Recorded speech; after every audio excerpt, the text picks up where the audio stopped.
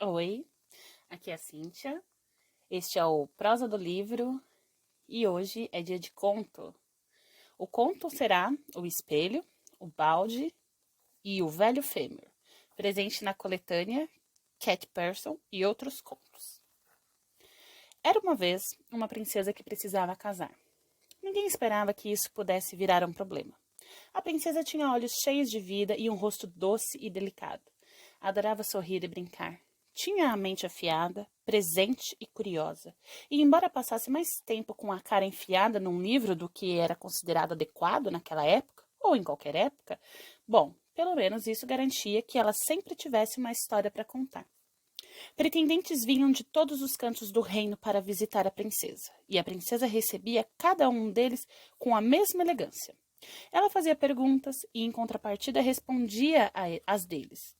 Andavam de braços dados enquanto davam uma volta pelos jardins. Ela ouvia e ria e trocava uma história por outra. E era tão agradável e tão animada que todos os pretendentes voltavam para casa pensando que uma vida ao lado de uma princesa não seria uma vida desagradável. Isso sem falar na alegria de um dia chegar ao trono. Depois dessas visitas, a princesa se reunia com o rei e a rainha e o conselheiro real no salão. E eles a cobriam de perguntas. O que ela tinha pensado do último pretendente? Era bonito? Educado? Inteligente? Gentil? Ah, sim, a princesa dizia com um sorriso com covinhas. Sem dúvida, tudo isso. E em comparação ao pretendente anterior? É verdade, o pretendente anterior também era muito atraente. Mas e o último? Era melhor? Sim, provavelmente. Bem, não. É difícil dizer. Ambos tinham tantas qualidades. Devemos convidar os dois novamente para que você possa compará-los? Ah, não acho que seja necessário. Então você está dizendo que não gostou de nenhum dos dois? Gostei. É só que. Só que? Parece um mau sinal, não parece? Que eu tenha tanta dificuldade para escolher um dos dois? Eu estava pensando que se não for dar muito trabalho, talvez pudéssemos convidar mais um? Sim, mais um pretendente. Sim, por favor. Se é que ainda resta algum. Sim, se é que ainda resta algum. Podemos, por favor. E a essa altura a rainha apertava os lábios finos. O conselheiro real fazia cara de preocupado, mas guardava sua opinião para si e o rei soltava um suspiro e dizia: pode ser. Dessa maneira, um ano se passou, e depois outro, e depois mais 3. E a princesa conheceu todos os príncipes do reino, e todos os duques, e todos os viscondes, e todos os investidores, sem título mais absurdamente abastados, e todos os artesãos sem títulos e não muito abastados, mais dignos de respeito, e finalmente todos os artistas que não tinham nem título nem bens, nem muito respeito, e ainda assim, aos olhos da princesa, nenhum deles conseguiu se destacar em relação a todos os outros. Não demorou muito para que fosse impossível viajar 15 quilômetros sem dar de cara com um dos antigos pretendentes da princesa. E seria completamente diferente. Todos os pretendentes concordavam, se tivessem sido rejeitados com um motivo claro, mas acabarem descartados simplesmente porque não eram, sobre um critério bem vago, bons o bastante. Isso era um golpe inegável. Depois de 5 anos, a princesa havia rejeitado quase todos os homens elegíveis do reino, e os rumores tinham começado a se espalhar. E com eles, a insatisfação. Talvez a princesa fosse egoísta, mimada, arrogante, ou talvez para ela aquilo fosse só uma brincadeira, e ela não quisesse de fato se casar. Ao fim do 5º ano, o rei perdeu a paciência. Ele informou à princesa que no dia seguinte, todos os homens rejeitados seriam convidados a retornar ao castelo.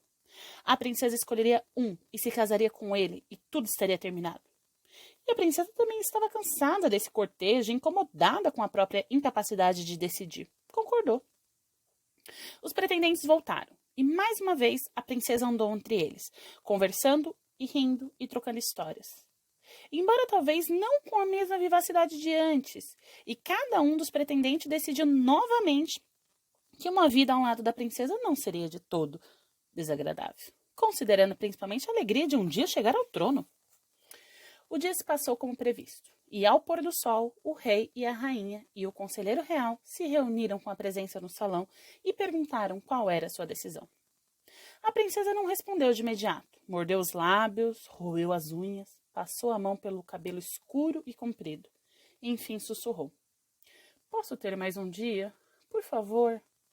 O rei esbravejou e virou a mesa num acesso de fúria. A rainha deu um pulo e um tapa na bochecha da princesa. A princesa enterrou o rosto nas mãos e chorou. E tudo se perdeu em caos e sofrimento até que o conselheiro real interveio. Deixe que ela tenha mais uma noite para avaliar, disse o conselheiro real. Ela pode escolher o marido pela manhã. E o rei e a rainha não estavam nada contentes. Mas o conselheiro nunca os havia guiado na direção errada. Então permitiram que, naquela noite, a princesa fosse para a cama com uma decisão ainda pendente. Sozinha em seu quarto, a princesa ficou deitada, sem dormir, se revirando nos lençóis e sondando seu coração. Como havia feito todas as noites nos últimos 5 anos. Por que ninguém a satisfazia? O que ela procurava e não conseguia encontrar? Seu coração abatido não lhe ofereceu resposta alguma. Exausta e infeliz, ela havia acabado de adormecer, enquanto ouvia uma batida na porta. A princesa se ajeitou na cama. Seria a rainha, disposta a oferecer um beijo de desculpas e compaixão? O rei, trazendo mais uma ameaça ou um alerta? Ou talvez fosse o conselheiro real, sugerindo alguma tarefa mágica que ela pudesse apresentar aos pretendentes para destacar o mais digno de todos? Mas quando a princesa abriu a porta, a figura que estava em pé no corredor não era nem o rei, nem a rainha, nem o conselheiro. Era alguém que ela jamais tinha visto. O visitante da princesa vestia um manto negro, que ia da cabeça aos pés com um capuz negro cobrindo os cabelos. Mas seu rosto, quando ela o olhou de frente, era belo e cativante e acolhedor. As bochechas eram redondas, os lábios eram cheios e macios, e ele tinha os olhos azuis claros, fascinantes. Ah, a princesa sussurrou. Olá. Olá, o visitante sussurrou de volta. A princesa sorriu, e, quando o visitante devolveu o sorriso, ela sentiu que todo o seu sangue tinha sido drenado do seu corpo e substituído por uma mistura de bolhas de sabão, luz e ar. A princesa puxou o visitante para dentro e os dois passaram a noite juntos em sua cama com dossel, se beijando e brincando e conversando até o nascer do dia. Quando adormeceu, no instante em que o sol nascia, a princesa estava feliz como nunca estivera antes. E quando sonhou, sonhou com uma vida repleta de uma alegria que nunca ousara imaginar. Uma vida que transformava riso e felicidade e amor. A princesa despertou com um sorriso frouxo nos lábios, a mão de seu amante na coxa, e o rei e a rainha e o conselheiro real a olhando de cima. Ai, meu Deus, a princesa disse corada. Eu não sei o que isso está parecendo, mas ouçam, eu consegui. Finalmente, depois de todos esses anos, eu tomei minha decisão. Ela se virou para o amante, que continuava escondido sobre os lençóis. Eu o amo, ela disse. Nada mais importa, esse é o homem que eu escolhi. O rei e a rainha sacudiram a cabeça com tristeza. O conselheiro real arrancou as cobertas da cama e as jogou no chão. E logo depois, antes que a princesa pudesse se opor, ele ergueu o manto negro do visitante e o sacudiu. De dentro do manto caíram um espelho quebrado, um balde de metal amassado e um velho fêmur. A princesa sentiu algo rastejando na coxa, onde a mão do amante havia repousado. Ela olhou para baixo e viu que era apenas a sua própria mão, trêmula de medo. Não consigo compreender, a princesa sussurrou. O que vocês fizeram com ele? Não fizemos nada com ele, diz o conselheiro real. Isso é tudo que ele sempre foi. A princesa abriu a boca para falar, mas nenhuma palavra saiu. Aqui, disse o conselheiro real. Deixe-me mostrar. Ele ergueu o fêmur da cama e o arremessou contra a parede. Ele prendeu o espelho no topo do osso com um pedaço de barbante e pendurou o balde no meio. E depois cobriu tudo com um manto negro. Viu só?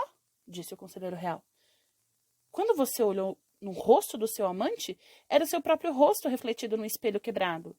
Quando ouviu a voz dele, era apenas uma voz ecoando neste balde amassado. E quando o envolveu em seus braços, eram suas próprias mãos acariciando suas costas, já que você estava segurando apenas um velho fêmur. Você é egoísta e arrogante e mimada. Você não é capaz de amar ninguém além de si mesma. Nenhum dos seus pretendentes jamais foi satisfazê-la. Então, cabe logo com essa santice e case-se. A princesa emitiu um som sufocante. Agarrou os próprios braços e mordeu a língua até sangrar. Depois caiu de joelhos diante da coisa que havia sido seu amante. Quando se levantou novamente, seu rosto estava plácido, seu maxilar estava firme e seus olhos não havia nenhuma lágrima. Sim, ela disse, aprendi minha lição. Convoquem os pretendentes. Estou pronta para escolher. Os pretendentes se reuniram no pátio e a princesa caminhou entre eles, se desculpando por tê-los feito esperar tanto tempo. Em seguida, sem excitação, sem o menor sinal de dúvida, ela escolheu o marido.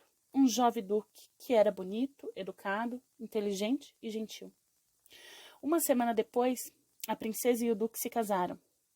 A rainha ficou muito contente, o rei satisfeito. O conselheiro real guardou sua opinião para si, mas não escondeu uma expressão de arrogância. O clima de insatisfação que pairava sobre o reino se dissipou e todos concordaram que as coisas tinham se resolvido da melhor forma possível. No ano em que se seguiu ao casamento da princesa, seu pai e sua mãe morreram, de modo que ela não era mais princesa, e sim rainha. Seu marido, agora rei, tratava a esposa com toda a cortesia e elegância. Os dois se davam bem, e o rei governou o reino de forma bem-sucedida por muitos anos. No entanto, quase após uma década de casamento, depois que a rainha dera à luz 2 de seus filhos, o rei descobriu que havia se apaixonado pela esposa. Isso complicou o relacionamento, pois significava que ele não podia mais ignorar o fato de sua esposa ser muito, muito triste. O rei sabia que houvera algum mistério envolvendo o processo pelo qual ele havia sido escolhido.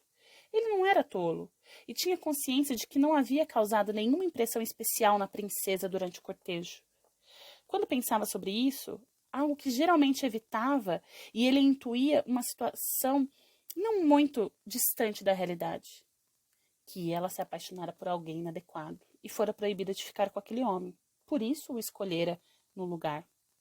O rei não sentiu um incômodo enorme por ter sido segunda opção, mas odiava ver a esposa sendo consumida pela mágoa e não conseguia deixar de perguntar se o casamento seria a causa de tudo aquilo.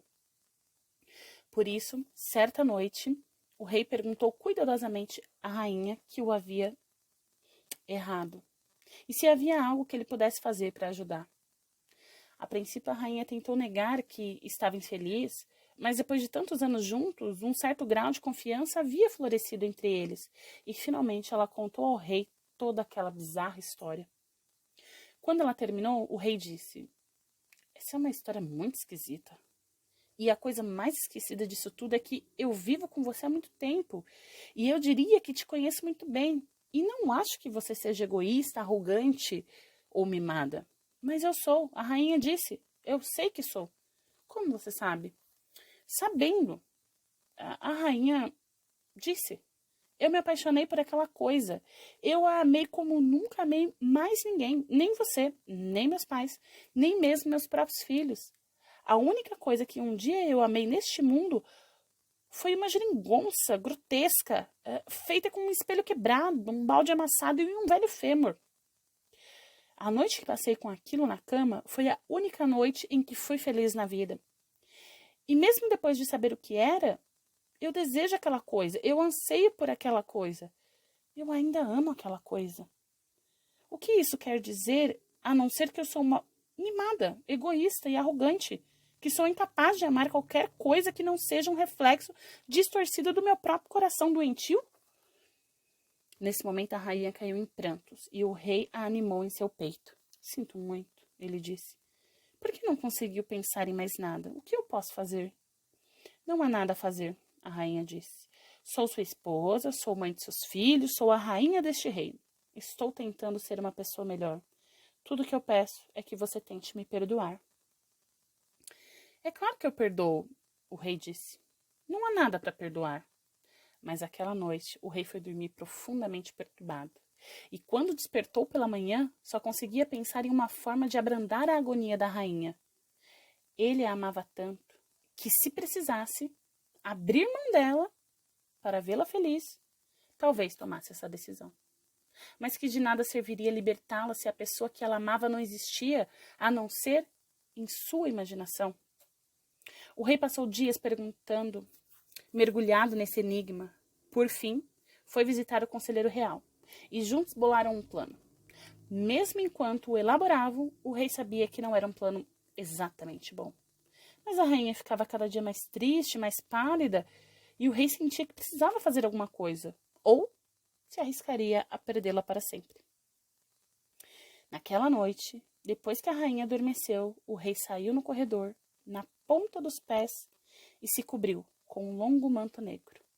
Bateu na porta e, assim que a rainha abriu, posicionou um espelho quebrado bem na frente do seu rosto.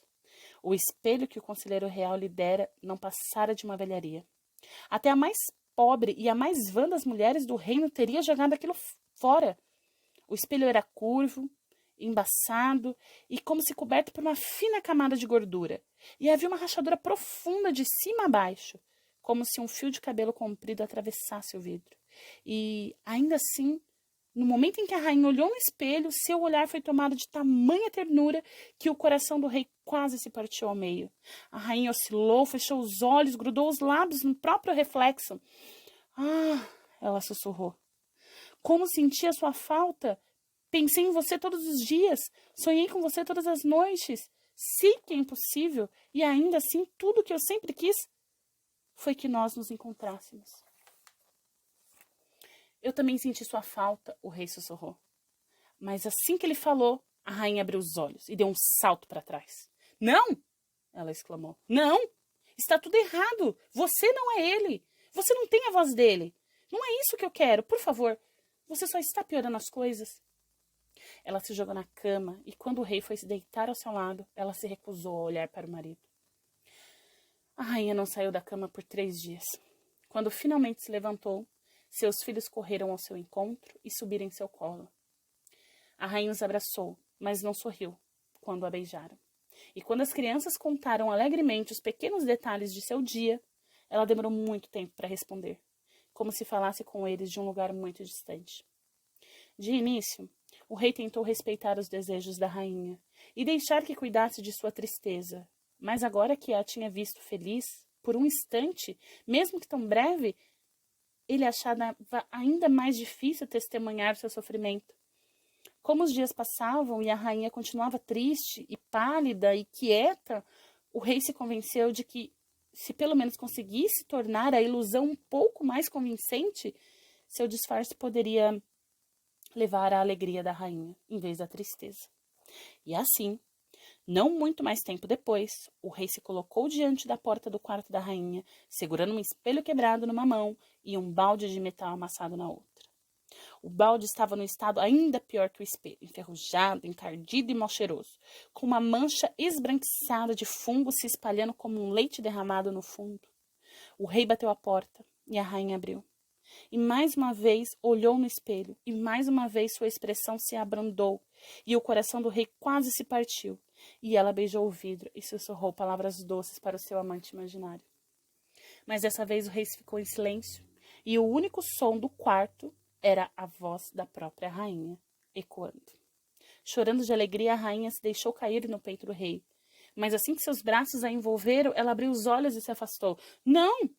Ela disse. Você não pode me enganar assim. Seu toque não é igual ao dele. Por que você insiste em me fazer sofrer? Incapaz de ouvir os pedidos e desculpas do rei, a rainha voltou para a cama e não se levantou mais. Nem quando o rei implorou, nem quando a filha suplicou pela presença da mãe, nem quando o conselheiro real exigiu que ela parasse de agir de forma tão tola e que uma vez na vida deixasse de pensar em si mesma. Ela continuou deitada, imóvel, se recusando a comer ou beber, até que finalmente o rei decidiu que precisava tomar alguma atitude, ou ela certamente morreria. Dessa vez, o rei abandonou qualquer tentativa de ludibriá-la. Levou o velho fêmur ao quarto da rainha em plena luz do dia. O osso era longo e amarelado. e ainda tinha pedaços de tendão pendurados e buraquinhos minúsculos nas laterais onde os cães o haviam roído. O osso cheirava a carne apodrecida, lixo e bilis. O rei mal conseguia encostar nele sem sentir náuseas.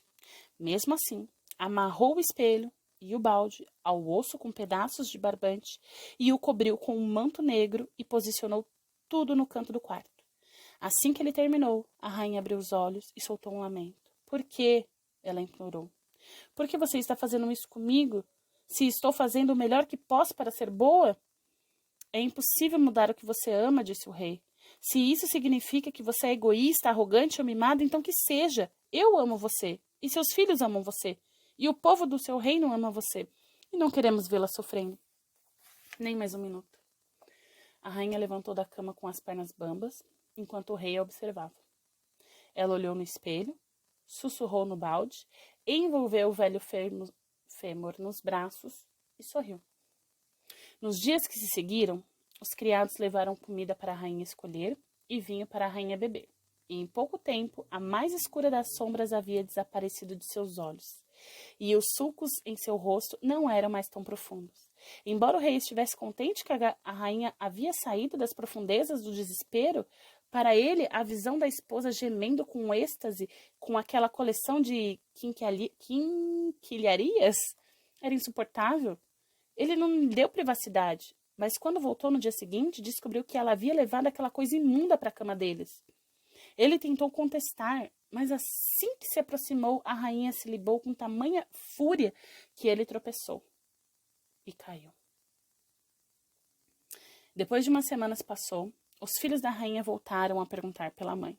O rei retornou ao quarto da rainha e a encontrou-a deitada nua, entre as cobertas, aconchegando-se ao espelho, cochichando dentro do balde e alinhando o fêmur nos braços.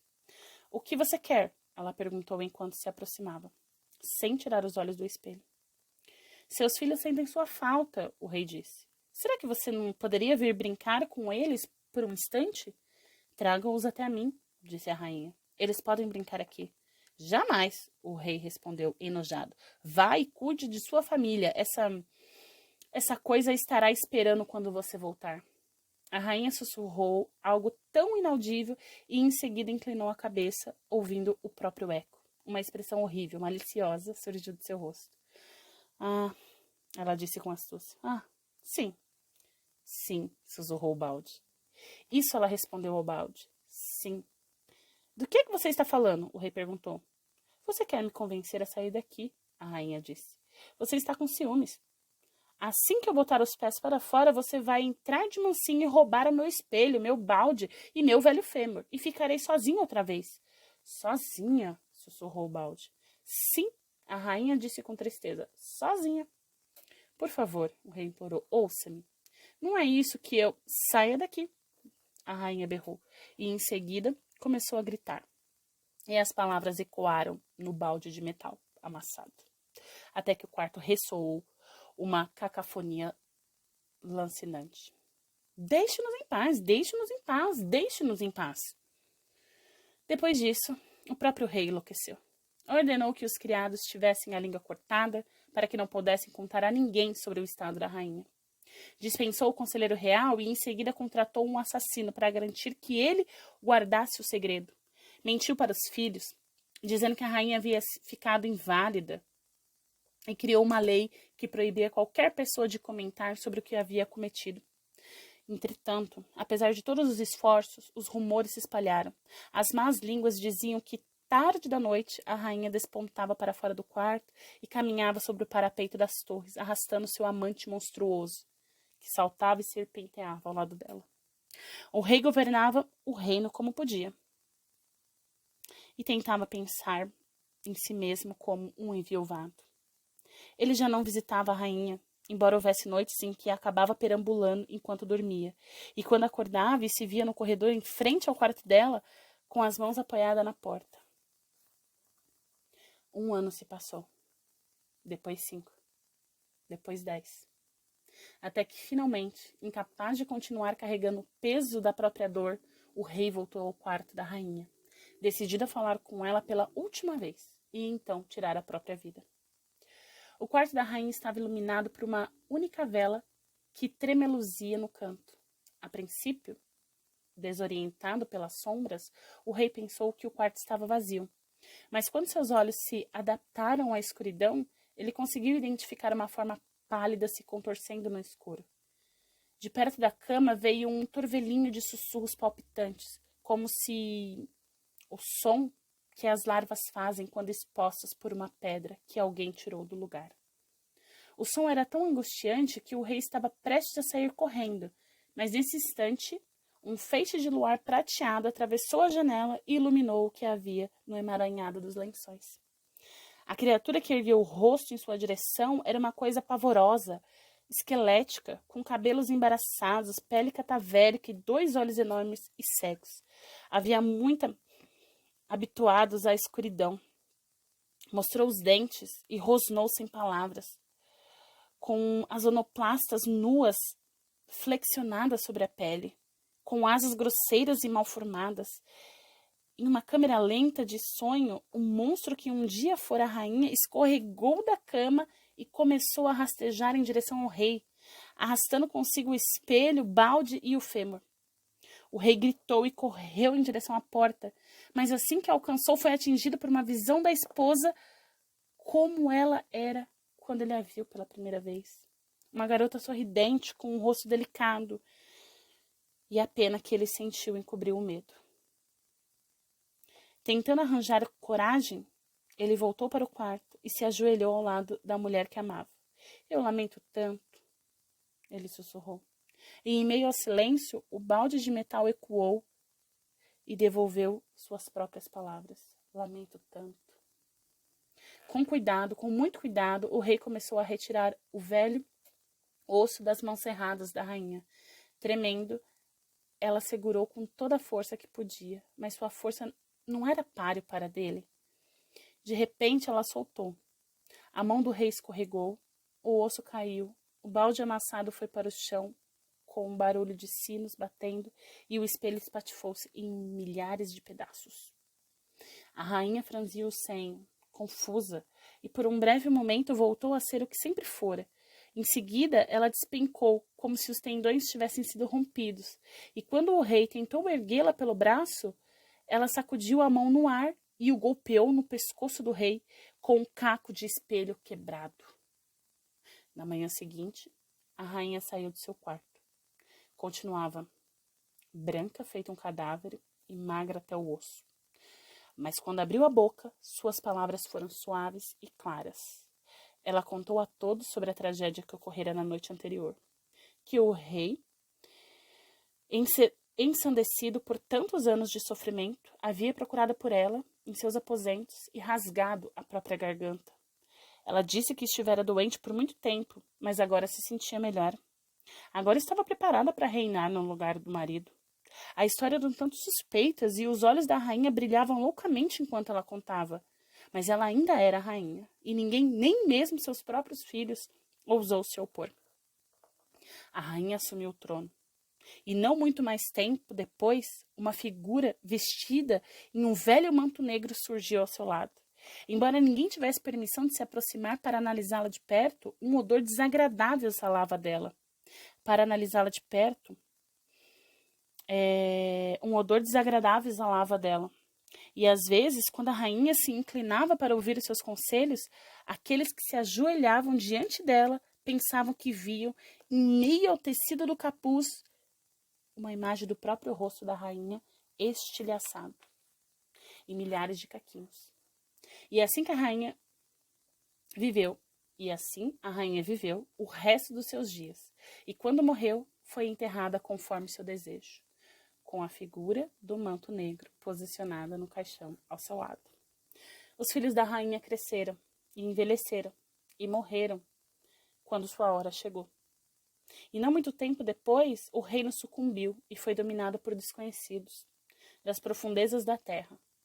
O balde de metal ecoou, o som dos vermes ávidos e o espelho refletiu a dança de um declínio sombrio. Logo, a triste história da rainha foi completamente esquecida. Sua lápide desabou. As estações do ano apagaram seu nome. E quando um século havia se passado, o velho fêmur era só um entre muitos ossos numa pilha. O balde de metal amassado tinha sido havia muito tempo silenciado, e o espelho estilhaçado refletia apenas um límpido crânio branco. Christian Hopian.